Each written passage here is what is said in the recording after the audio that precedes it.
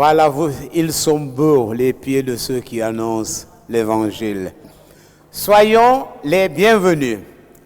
Bienvenus les adorateurs de Dieu. Notre Seigneur revient bientôt. Unissons nos voix pour l'adorer.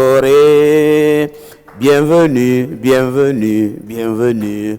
Voilà, je vous accueille tous dans la maison du Seigneur. Et ce matin, pendant ce temps de louange, on a beaucoup prié pour que le Saint-Esprit puisse se manifester au milieu de nous. Et j'ai une promesse que j'ai trouvée dans la parole de Dieu que j'aimerais vous partager, qui n'a rien à voir avec mon message de ce matin, mais ça concerne notre réalité.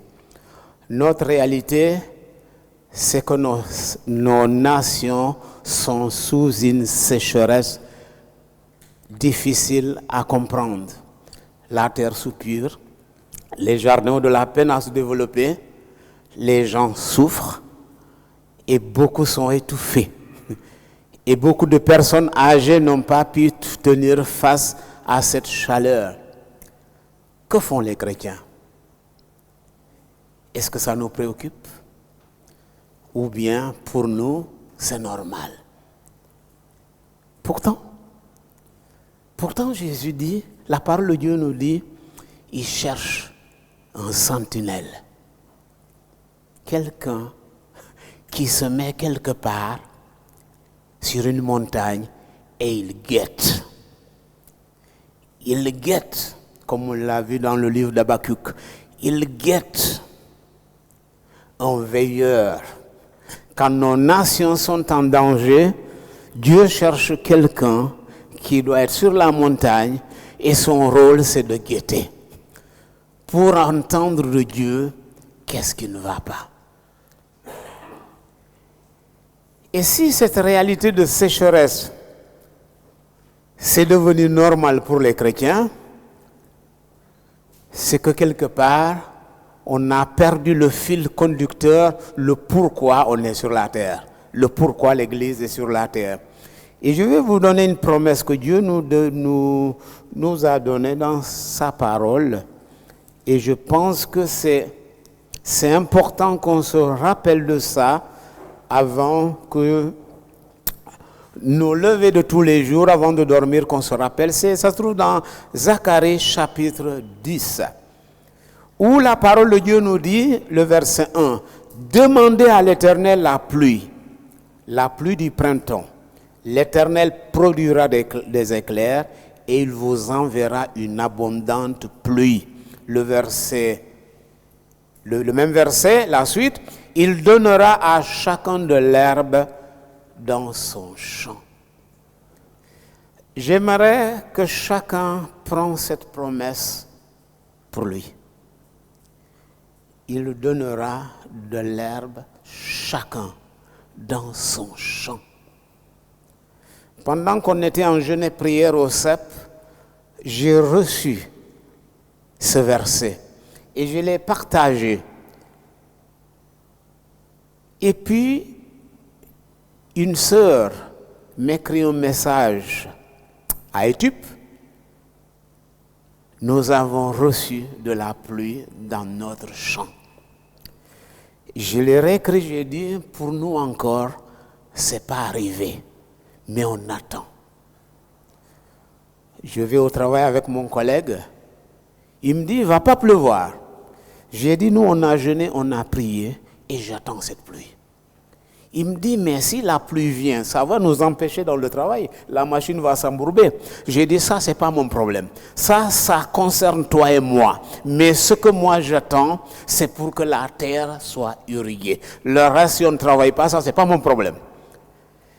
Et il m'a dit, mais météo dit que la pluie ne viendra pas. J'ai dit, mais moi j'attends cette pluie. Elle ne vient pas, mais moi je vais l'attendre. À 15 heures, la pluie est arrivée. Un orage puissant est arrivé. Je l'ai vu courir, entrer dans sa voiture. Et moi je suis resté dehors sous la pluie, tellement j'étais heureux. Tellement j'étais heureux de voir en fait quand tu demandes quelque chose, il ne faut pas simplement demander, il faut attendre ce que tu as demandé. Parce que si tu demandes quelque chose et tu n'attends pas la réponse, je ne vois pas l'utilité de ta prière.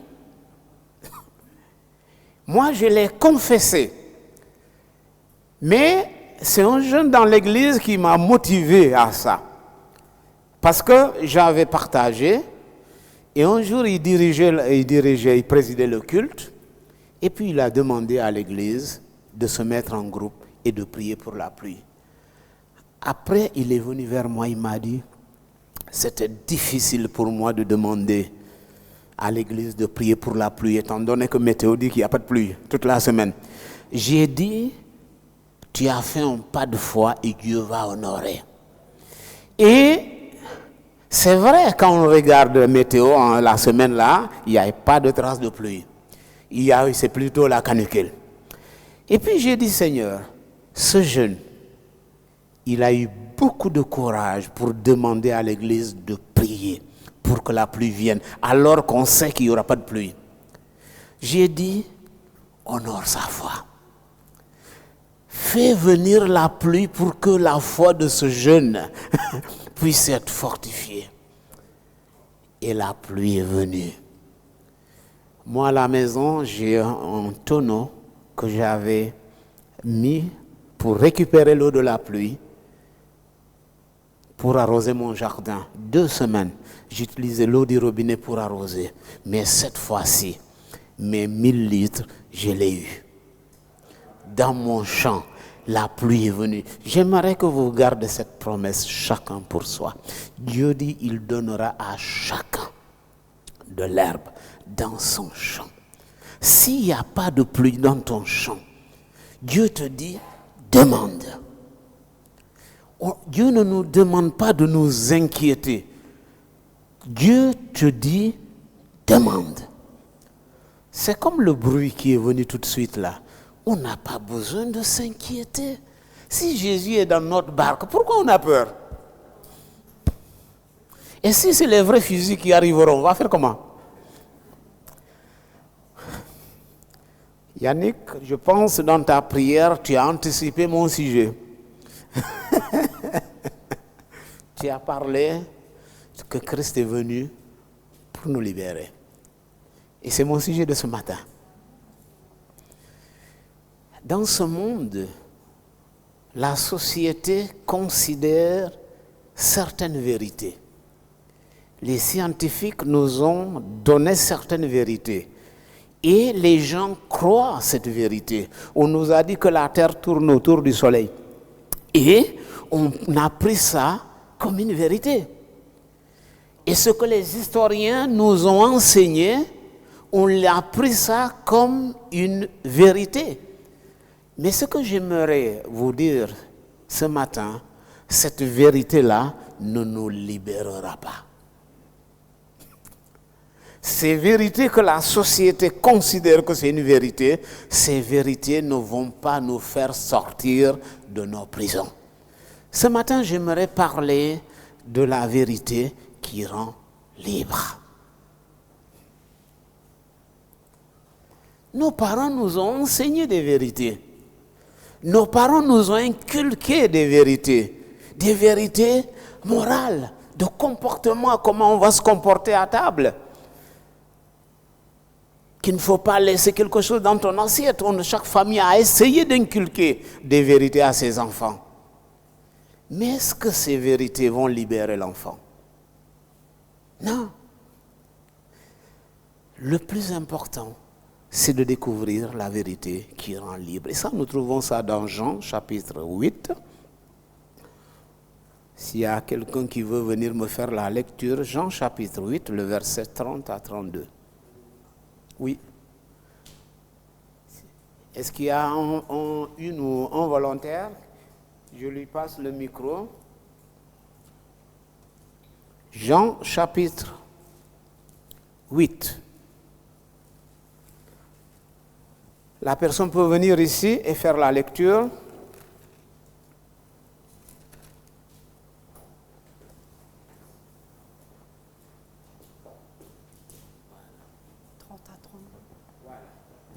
Comme Jésus parlait ainsi, plusieurs crurent en lui. Et il dit aux Juifs qui avaient cru en lui, « Si vous demeurez dans ma parole, vous êtes vraiment mes disciples. Vous connaîtrez la vérité et la vérité vous affranchira. » Merci beaucoup. Si vous demeurez dans ma parole, ce socle qu'on appelle la vérité ne va pas nous laisser oisifs. Cette vérité va procurer quelque chose en nous, c'est d'être libre. Tout le monde aspire à la liberté. Je pense ceux qui ont connu l'esclavage, ceux qui ont connu du kidnapping, ceux qui ont connu l'oppression, comme je prends le cas de l'apartheid en Afrique du Sud, ils ont dû se battre pour se libérer. Et combien ils ont perdu leur vie dans cette bataille? Il y a eu quelques-uns qui ont survécu, mais la plupart, ils ont perdu la vie. Si je prends les États-Unis, pendant la guerre de sécession, combien, entre le Nord et le Sud, combien de personnes ont perdu la vie? Et après la victoire de cette guerre, on a pensé retrouver la liberté. Les esclaves sont libérés. D'autres, on les a envoyés un peu partout, on ne savait pas quoi en faire. D'autres, on a pris un gros lot, on les a envoyés, le pays Sierra Leone, et puis on les a mis là, et c'est devenu un pays. Donc, on les a envoyés un peu partout. Et même, c'est étonnant, quand tu vas en Inde, il y a des villages où tu trouves des Noirs, en Inde. Des gens qu'on a libérés aux États-Unis et qu'on les a envoyés partout sur la terre. Dans leur tête, ils sont libres. Mais ce n'est pas la liberté que la parole de Dieu nous enseigne. La liberté que Dieu nous enseigne, je peux être en prison, mais expérimenter que je suis vraiment libre. Aucune prison, aucune situation ne peut m'empêcher d'expérimenter cette promesse que Jésus nous donne. Si vous demeurez dans ma parole, vous connaîtrez la vérité et c'est celle-là qui vous rendra libre. C'est quoi la vérité? Dans le dictionnaire biblique, il est traduit comme une réalité ultime, c'est-à-dire tout ce qui est conforme aux faits. Ça, c'est le dictionnaire biblique qui le traduit ainsi. Maintenant, je viens à la liberté. Être affranchi. Et on en a prié, Yannick, quand il a prié, il a beaucoup insisté sur cette vérité qui rend libre. La liberté, c'est être affranchi, c'est-à-dire libéré. Pour le juif, la liberté est toujours en opposition de l'emprisonnement ou de l'esclavage. Un esclave ne connaît pas la liberté. L'esclave a beau être fatigué, c'est le fouet qui t'oblige à continuer de travailler jusqu'au moment où tu t'écroules complètement et tu meurs. Parce qu'on n'est pas libre. On n'est pas libre de nos mouvements. On n'est pas libre de penser. On n'est pas libre de donner des idées. L'esclave, il se soumet. Et celui qui essaye de résister, les récalcitrants, à l'île de Gorée, pour ceux qui connaissent la porte de non-retour à Gorée, où on amenait les esclaves pour les États-Unis, il y en a un petit endroit où on enfermait les récalcitrants. Mais ces récalcitrants, ils savent bien ce qui leur attendait.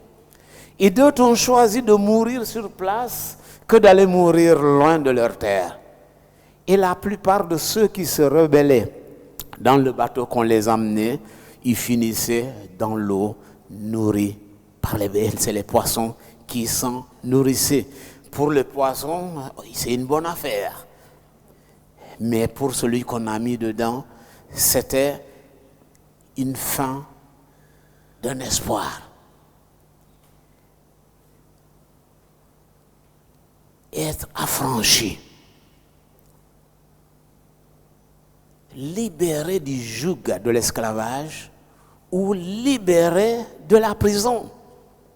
Pour le juif, ça signifie l'affranchissement d'un joug. C'est-à-dire, on m'a mis dans un joug pesant et je découvre la vérité vient et il me libère de ce joug. On connaît dans notre société des femmes qui se marient et malheureusement, ils se retrouvent chez un homme où c'est devenu un joug. C'est comme la personne ne peut plus se défaire. Et Christ est là pour nous libérer de ces jougs, pour qu'on puisse expérimenter cette liberté que la parole de Dieu nous enseigne. Mais pourquoi l'humanité aspire-t-elle à cette liberté? Pourquoi tout le monde, même les chanteurs, Panier, il disait quoi? La liberté de penser. Mais cette liberté de penser, ça nous amène où? Regardons nos nations où elles sont aujourd'hui. Elles n'en veulent pas de Dieu.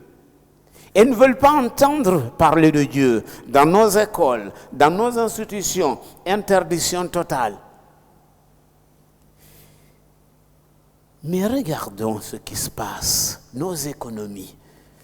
Je pense que Dieu est en train de nous dire, si vous m'oubliez, ça va vous coûter trop cher. Si vous m'oubliez, ça va vous coûter trop cher. Le chrétien doit, c'est comme on l'a chanté, quand je lève les mains. Quand je lève les mains vers mon Créateur, ma situation n'est plus la même. Le livre de Genèse nous donne un petit éclairage. On trouve ça dans Genèse 1, le verset 27 à 28. C'est l'histoire de la création qu'on connaît tous. Dieu créa l'homme à son image. Il le créa à l'image de Dieu. Il créa l'homme et la femme. Le verset 28. Dieu les bénit et Dieu leur dit, soyez féconds, multipliez, remplissez la terre et l'assujettissez. Dieu, dans son programme, il ne connaît pas l'addition, il connaît que la multiplication. C'est la notion du disciple. C'est-à-dire, j'amène quelqu'un, je fais de lui un disciple. Lui, à son tour, il va amener un autre, il le fait un disciple. Et c'est comme ça l'Église va se multiplier. Parce que Dieu ne nous a pas appelés à faire des religieux dans nos églises. Dieu nous appelle à faire des disciples. C'est la multiplication. Il y a cette façon de faire. Dieu dit, multipliez-vous.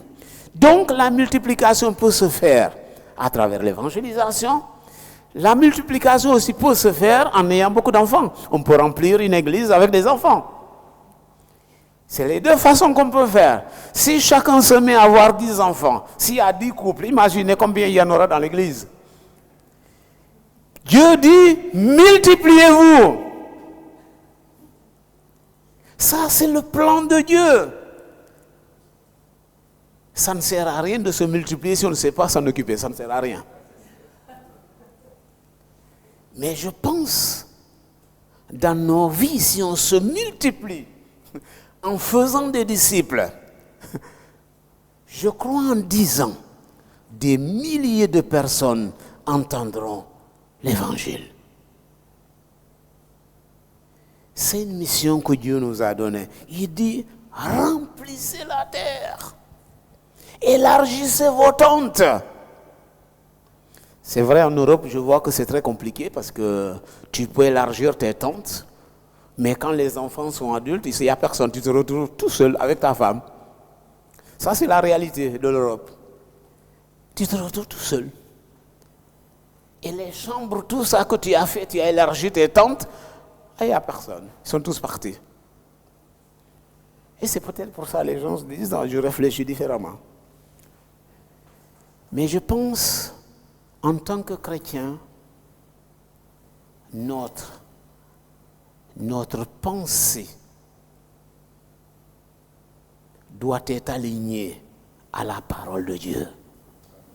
On doit s'aligner, pas à nos expériences, mais on doit s'aligner à la parole de Dieu. Et il va plus loin, il dit dominer sur les poissons de la mer, sur les oiseaux du ciel et sur tout animal qui se meut sur la terre.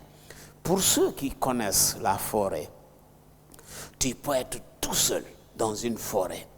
Mais quand un animal voit un homme, l'animal prend la fuite.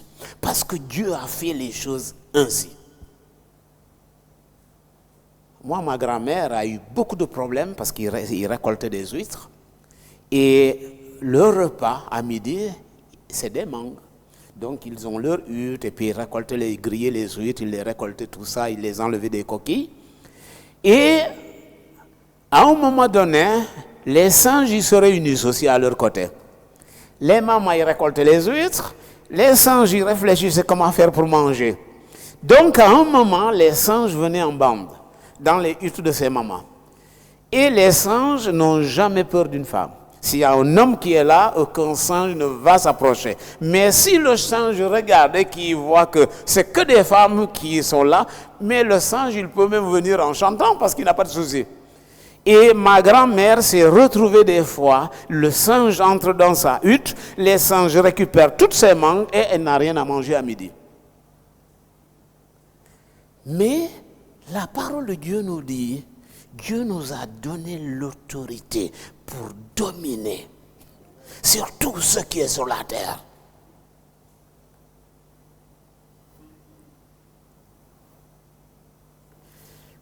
Quand on dit que tu es intelligent comme un singe, c'est vrai que c'est... Moi, je l'ai vécu dans mes champs. Parce qu'on cultivait des arachides. Et il fallait protéger ton champ. Il faut partir à 7 heures le matin, rentrer à 7 heures le soir. Et quand je suis venu en Europe, j'ai dit, ils sont heureux. Ils cultivent leur maïs et puis ils restent à la maison. Jusqu'à la récolte, ils viennent récolter. Mais chez nous, tu fais comme ça, tu n'as rien. Les singes, ils vont venir tout accaparer ton champ. Et comme le champ est grand, donc on est obligé de faire le tour du champ plusieurs fois, comme Jéricho. Et les singes, pour ceux qui ne sont pas allés au Sénégal, je vous raconte un petit résumé. Les singes, ils viennent en bande. Et quand ils arrivent dans le champ, ils tiennent leur réunion. Ils se délèguent. Et ça, l'Église peut-être n'a pas trop compris la délégation des responsabilités. Les singes se délèguent.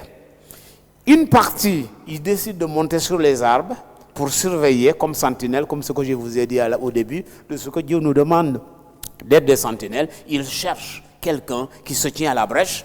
Les singes montent. Pendant qu'ils sont en haut, les choses sont en train de manger ton champ.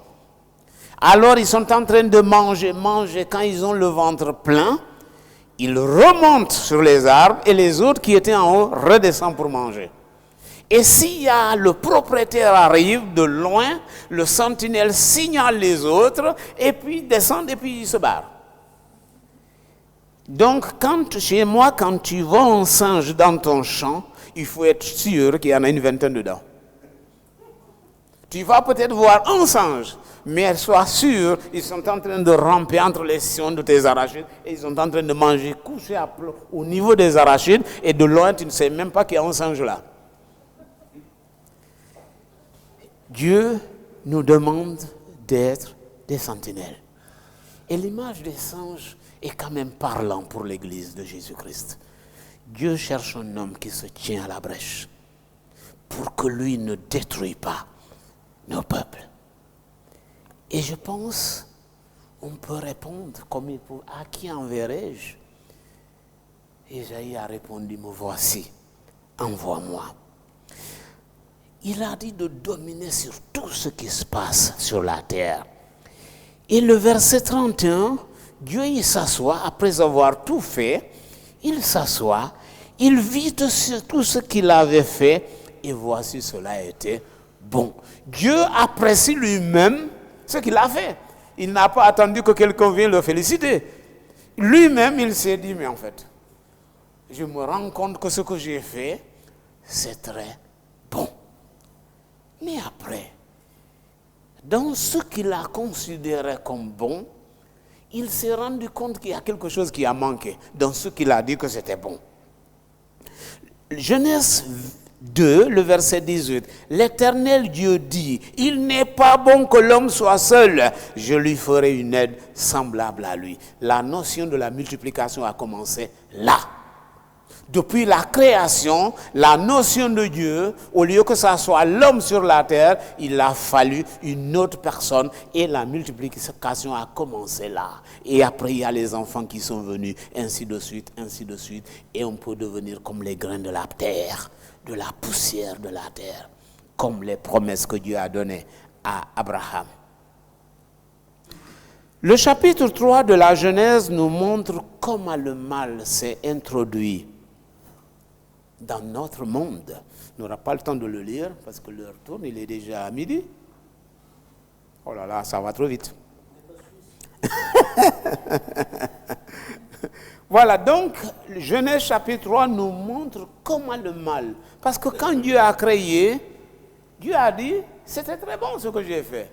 Il manque juste à l'homme d'avoir une femme. Mais quand il lui a donné une femme, donc pour Dieu, c'est bon. Tout est bon, tout est OK. C'est comme le moment où je marie ma femme, pour moi, c'est bon. Je ne dois pas me poser d'autres questions. Tout était bon dans le plan de Dieu. Et si je déraille, c'est que c'est moi qui ai sorti des rails que Dieu a mis sur ma route. Parce que ça peut arriver qu'on déraille. Mais Dieu est toujours là pour nous relever. C'est ça qui est extraordinaire avec Dieu. On a un Dieu d'amour. Si je tombe, je lui tends la main, il me relève. Et on doit regarder les gens de la manière dont Dieu les regarde. On ne doit pas regarder les gens avec nos yeux à nous. Parce que nos yeux à nous sont remplis de jugement et de condamnation.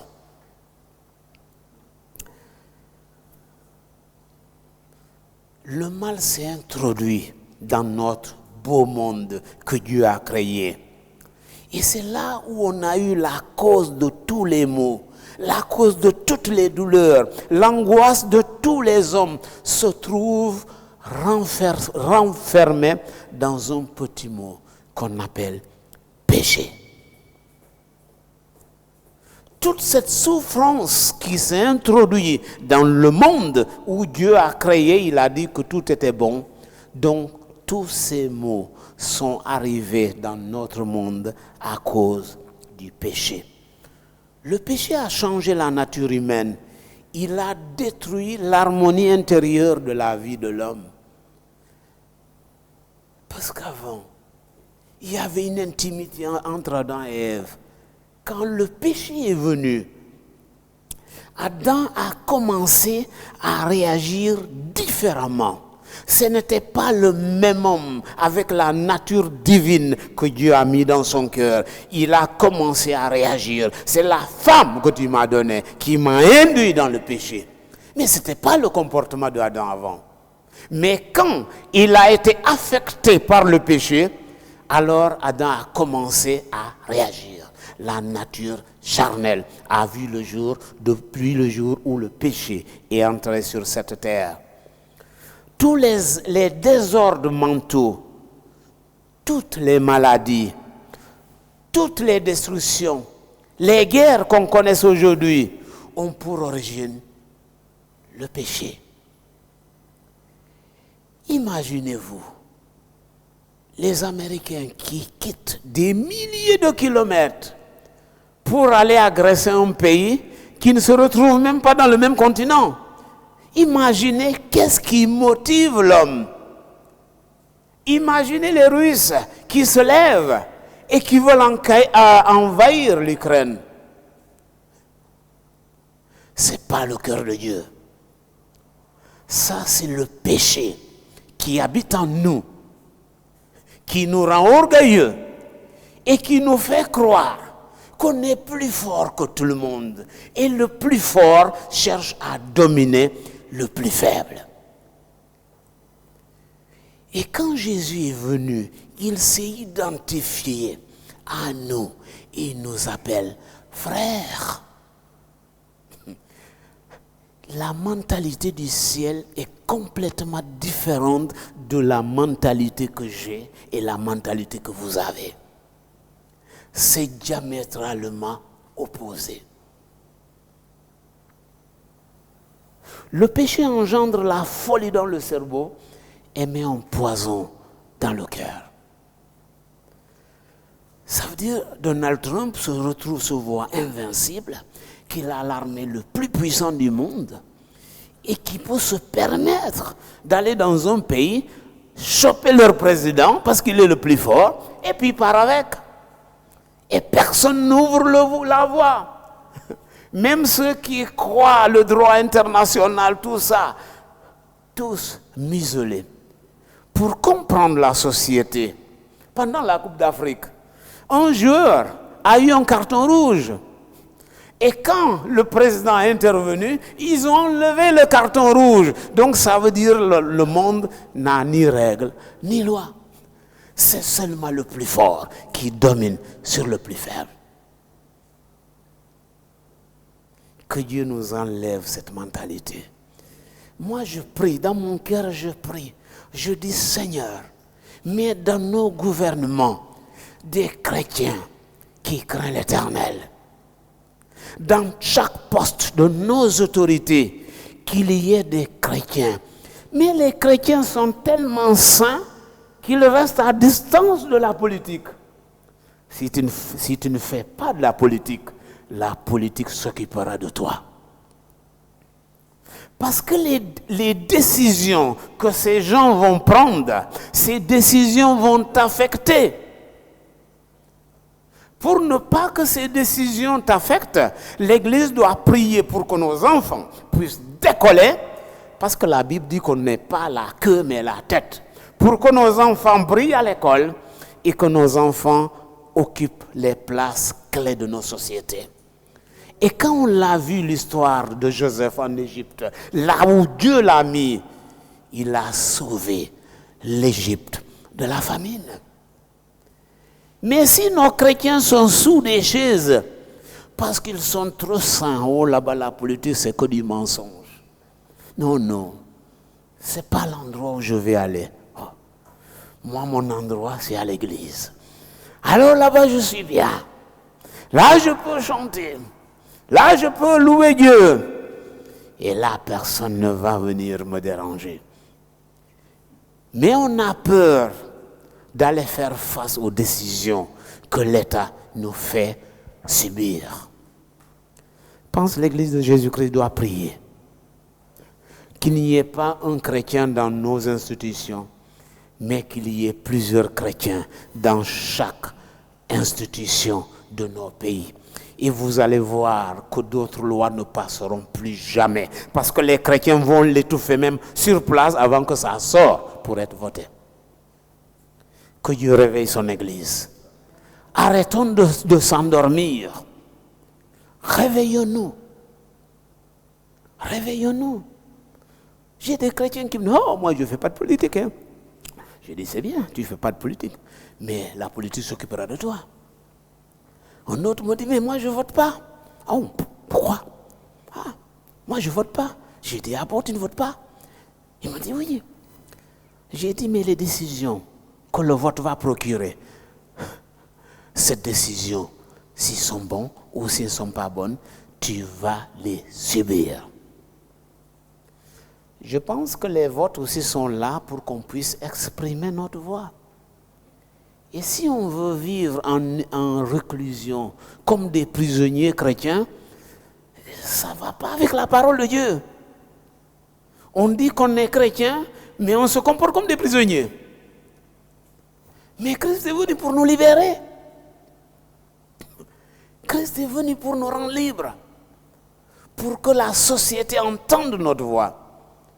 Vous savez, on peut se retrouver ici à l'église tous les dimanches pendant 120 ans. Mais la société aura de la peine à entendre notre voix parce qu'on le fait dans les quatre murs. La société va entendre notre voix quand on va les rencontrer. Et quand on a des hommes qui sont dans la sphère politique et qui donnent la vision du ciel et non la vision des ténèbres.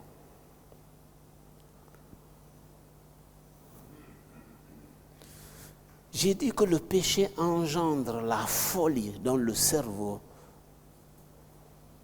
et puis met du poison dans le cœur.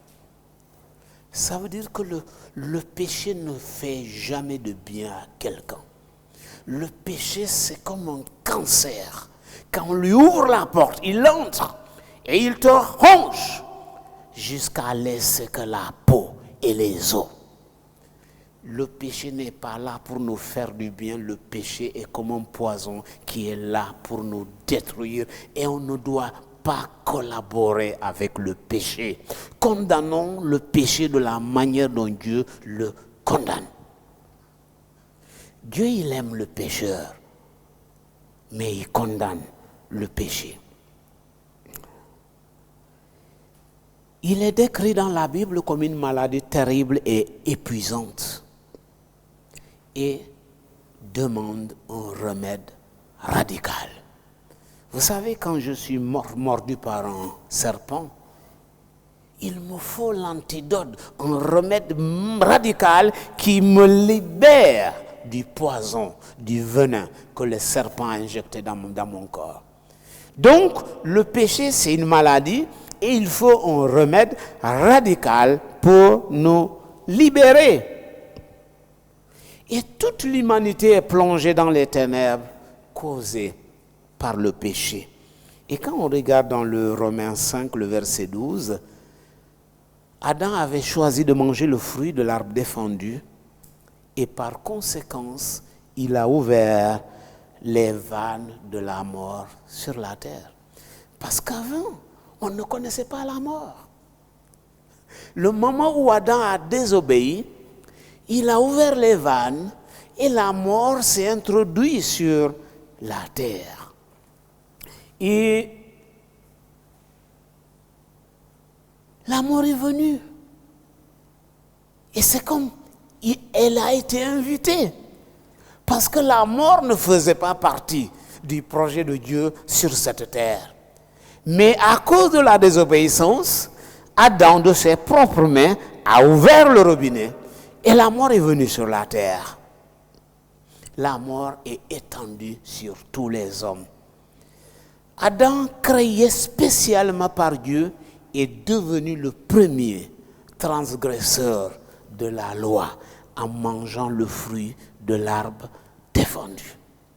Peut-être, on peut dire, mais Adam, pourquoi il a fait ça? Je suis sûr que si tu étais à la place d'Adam, tu allais faire pire qu'Adam. On va se poser la question, mais pourquoi il l'a fait? Pourquoi Adam est allé manger le fruit? C'est quand la femme lui a présenté ça. Pourquoi il n'a pas dit non? Pourtant, c'est lui qui est censé protéger sa femme. Il est censé veiller sur sa femme. Mais il ne l'a pas fait. Je pense qu'il a regardé le visage de sa femme. Il a été ébloui. C'était comme il se décollait de la terre, tellement il est amoureux de sa femme. Et il n'a pas eu le temps de réfléchir pour dire, mais le patron nous a dit de ne pas toucher, jette. Le mariage, non, l'amour rend aveugle et le mariage rend la vue. L'amour rend aveugle et le mariage rend la vue. Adam était aveuglé et il a désobéi. Pourtant, c'est le modèle, mais il a désobéi. Depuis des siècles, l'homme avait besoin de quelqu'un pour lui faire sortir de la confusion mentale et du labyrinthe moral où il se trouvait. Il se retrouvait dans le labyrinthe du péché. Et chaque fois qu'il prenait une route, il se retrouvait à la place du départ. Et il ne savait pas comment sortir de ce labyrinthe. Et il fallait que quelqu'un vienne pour nous libérer de ce labyrinthe moral où l'homme se trouve. Mais comment sortir de ce filet dans lequel je me retrouve? Comment m'en sortir de ce filet qui me prend prisonnier? Et comment me débarrasser de cette terrible maladie qu'on s'appelle peut-être angoisse? de cette terrible maladie qu'on peut appeler insomnie, de cette terrible maladie qu'on peut appeler insécurité. Comment m'en débarrasser? Cette terrible maladie qui s'appelle cancer et qui ronge mon âme. Cette terrible maladie qui s'appelle accident et qui laisse des traumas graves dans ma vie, des traumatismes. De terribles maladies qu'on peut aussi appeler divorce et qui laisse mon âme sévèrement blessée. Comment sortir de là?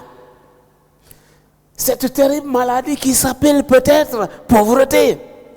J'arrive pas à payer mes factures. J'arrive pas à joindre mes deux bouts.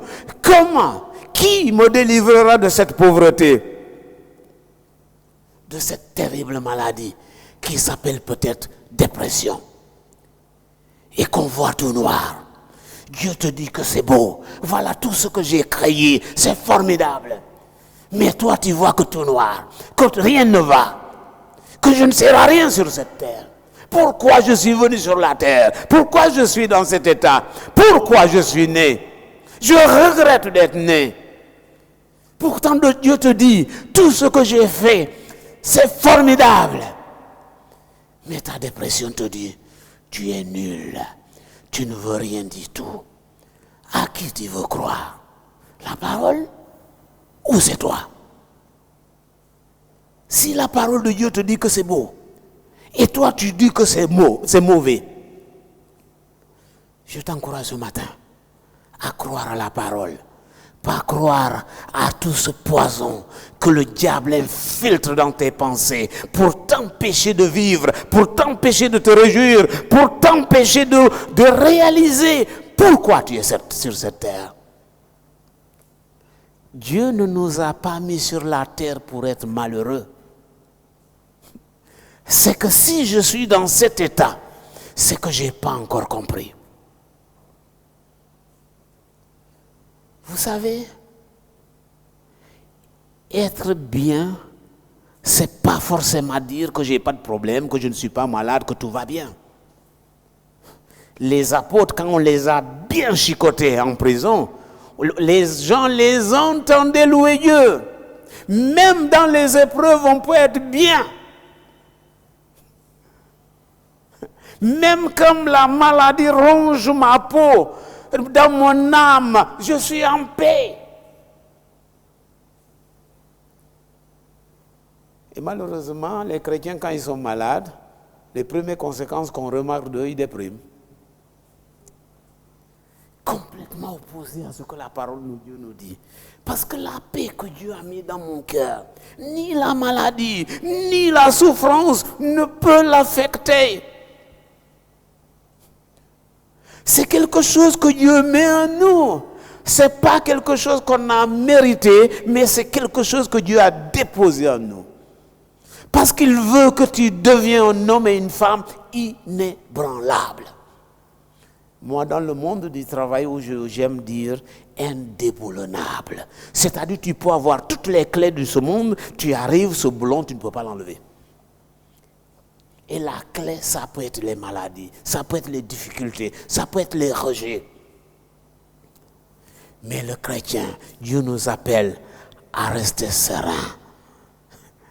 Et c'est l'exemple que Jésus nous a donné quand les gens sont venus le prendre et ils l'ont posé toutes les questions. Jésus n'a pas ouvert la bouche comme une brebis devant quelqu'un qui est là pour le raser.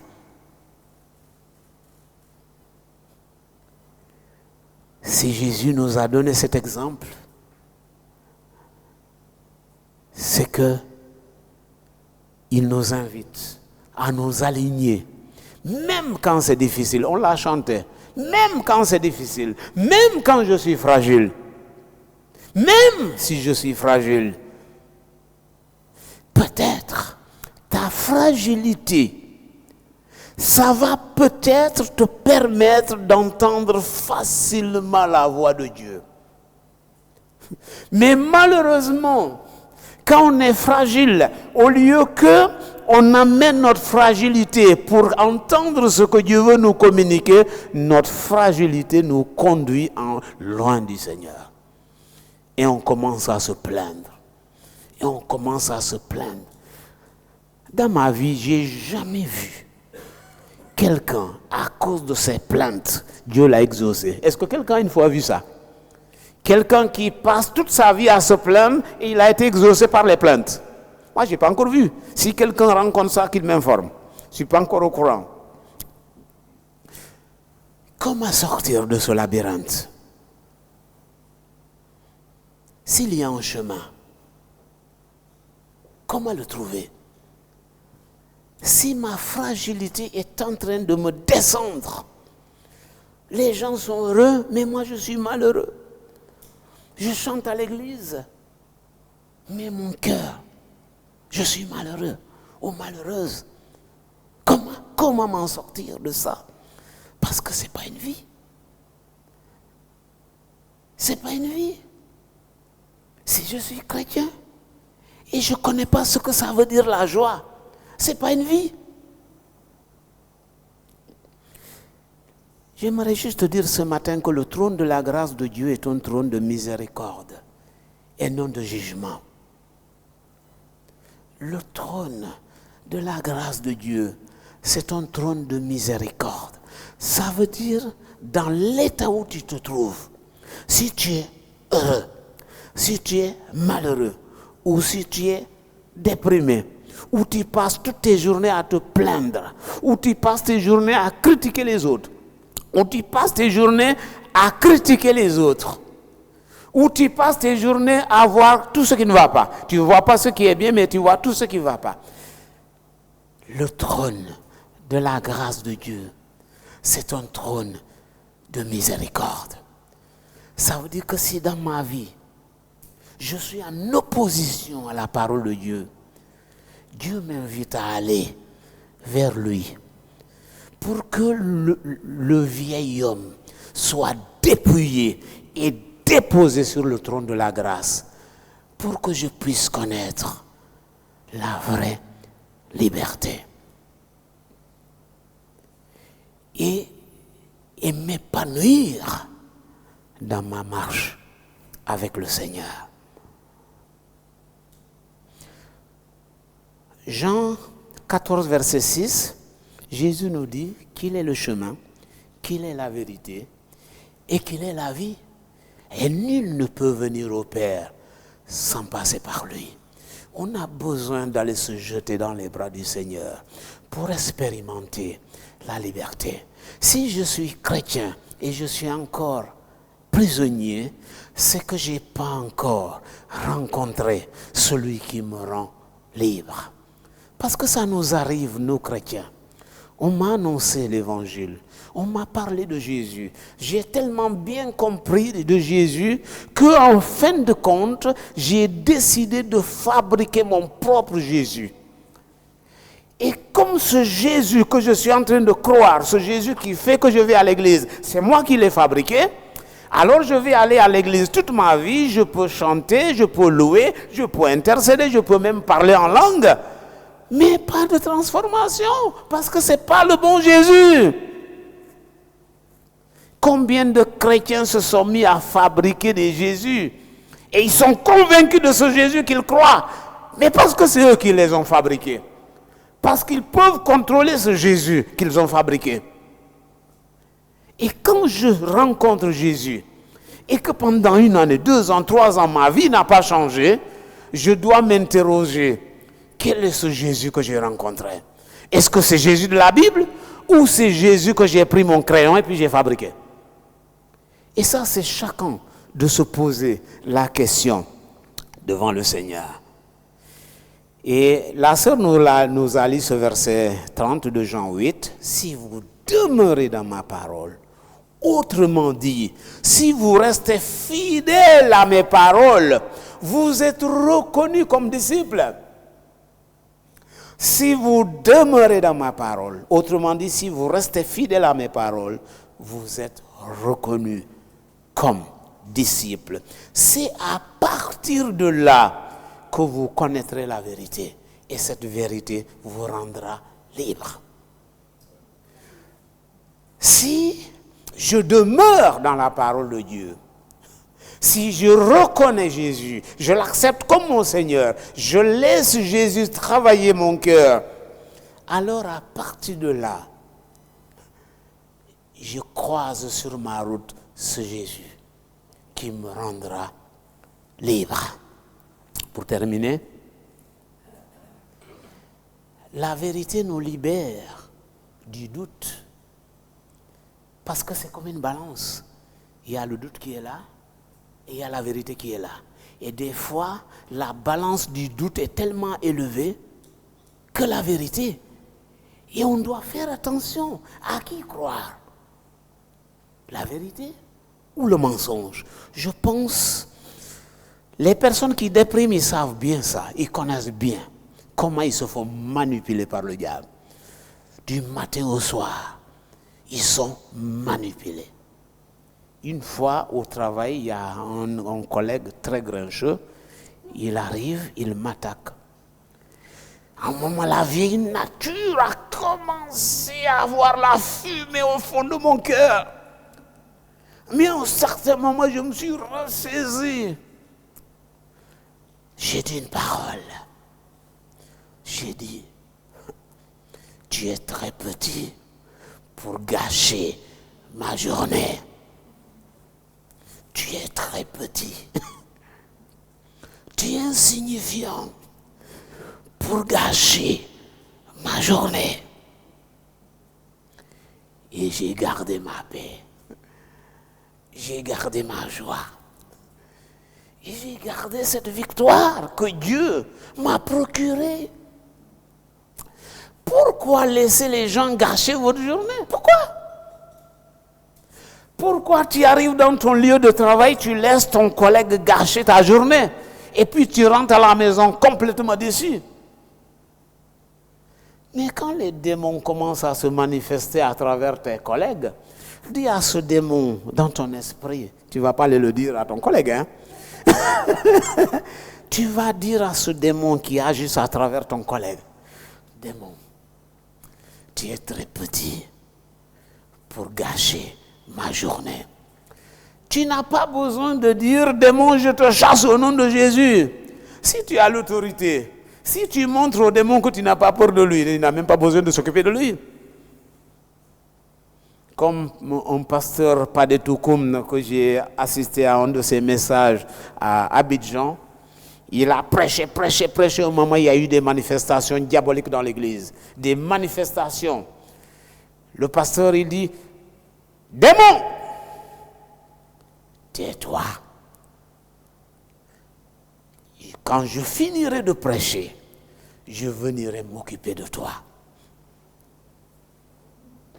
D'autres pasteurs, ils vont déjà courir au démon. Donc, ils vont tout laisser ce qu'ils font parce que le démon est arrivé à leur distraire. Au lieu de faire ce que Dieu nous demande de faire, on laisse tout ça pour aller s'occuper des démons.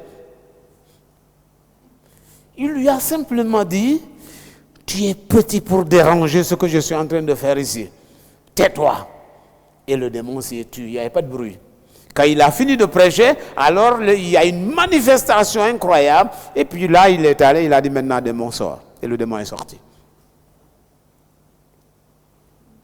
Martin Luther, on nous racontait, il était dans sa chambre en train de dormir. À un moment, il sentait la présence diabolique dans sa chambre. Il se retourne, il le voit. Il dit, ah, c'est toi. Il se retourne et il continue de dormir. Quand est-ce qu'on va arriver à là? C'est-à-dire, tu vas sur la route, tu vois un démon assis sur la route, tu dis, ah, c'est toi. Et puis tu continues ta route. C'est choquant de voir des chrétiens poltrons devant le diable. Il nous a donné l'autorité. Dieu nous a donné le pouvoir de marcher sur la puissance de l'ennemi. Et rien ne peut nous nuire. Mais pourquoi on a peur de ces petits démons? Ça, je ne comprends pas.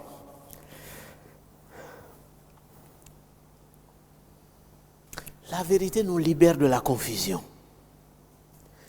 La vérité nous libère de l'esclavage. La vérité nous libère de toute addiction. Quand tu as parlé, tu as prié pour que Dieu nous libère de l'addiction. Et c'est cette vérité. La prière seule ne suffit pas pour libérer quelqu'un de l'addiction. Parce que tu vas le délivrer de l'addiction. Mais comme il n'a pas la vérité dans son cœur, mais cette addiction va revenir.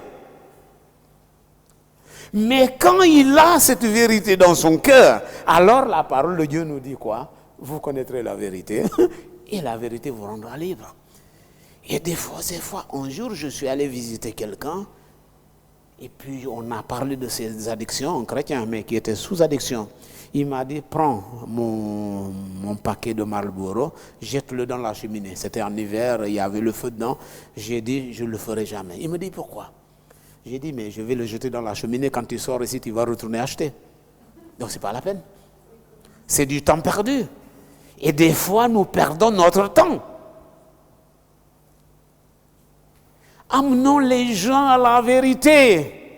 Ça ne sert à rien d'aller dire à un païen, oh, ça, on ne doit pas faire ça, ça, Dieu nous condamne ça, il ne faut pas faire ça. Mais combien nous perdons notre temps à expliquer des gens, il ne faut pas faire ça, il ne faut pas faire ça, il ne faut pas faire ça. Ça sert à quoi? Est-ce que quelqu'un a trouvé un résultat en allant dans le monde dire à quelqu'un, il ne faut pas faire, il ne faut pas faire, il ne faut pas faire? Dieu nous demande d'amener des gens à la vérité. Et quand ils vont découvrir la vérité, à partir de là, ils connaîtront la vérité. Jean 8, 12, Jésus dit que je suis la lumière du monde. Celui qui me suit ne marchera pas dans les ténèbres, mais il aura la lumière de la vie. Jean 8, 12. Je suis la lumière du monde. Celui qui me suit ne marchera pas dans les ténèbres, mais il aura la lumière de la vie. Maintenant, je conclus. Conclusion. Beaucoup de chrétiens, malheureusement, se sont rendus esclaves. Ils se sont emprisonnés eux-mêmes. Pourtant, ils ont été délivrés. Mais ils se sont retombés. Comme la parole de Dieu nous dit que le chien est allé manger ce qu'il a vomi. Des fois, on a vomi, mais après, on sent qu'on a faim. On se dit, mais j'ai vomi telle chose. Et là, ça me manque. Il faut retourner aller manger ce que j'ai vomi. Donc, des fois, on est chrétien et on a choisi de se rendre esclave, soit de l'immoralité, soit des addictions, et puis ils ne veulent pas abandonner. Parce que fumer, ça leur procure tellement des bonnes choses, et ils ne sont pas prêts à abandonner. J'ai un collègue de boulot, il fume. J'ai dit, ça va? Il m'a dit, mais oui, je vais bien. J'ai dit, moi, je pense qu'en te regardant, tu ne vas pas. Mais il me dit, pourquoi tu le dis? J'ai dit, si tu allais bien, tu n'allais pas fumer. C'est que tu ne vas pas bien. J'ai dit, tu fumes pour combler un vide en toi. Il y a un besoin de ton corps. Et tu as besoin de fumer pour combler ce vide, ce besoin. Il m'a regardé. Il m'a dit, tu as raison. Ce n'est pas un chrétien. Mais je l'ai amené à comprendre que l'addiction dans laquelle il se trouve, c'est parce qu'il est malheureux. Si quelqu'un se met à fumer, c'est qu'il y a quelque chose qui lui manque. Et il pense le combler à travers ses addictions. Mais malheureusement, il se trompe. On a besoin d'abandonner les choses dont Dieu n'est pas d'accord. Ce matin, je t'invite à choisir le propriétaire de ton obéissance. Quand tu veux louer un appartement, il fallait d'abord trouver l'agence ou le propriétaire de l'appartement pour discuter avec lui, pour louer l'appartement. Et ce matin, j'aimerais juste te demander, quel est le propriétaire de ton obéissance? Qui est ce propriétaire que tu communiques?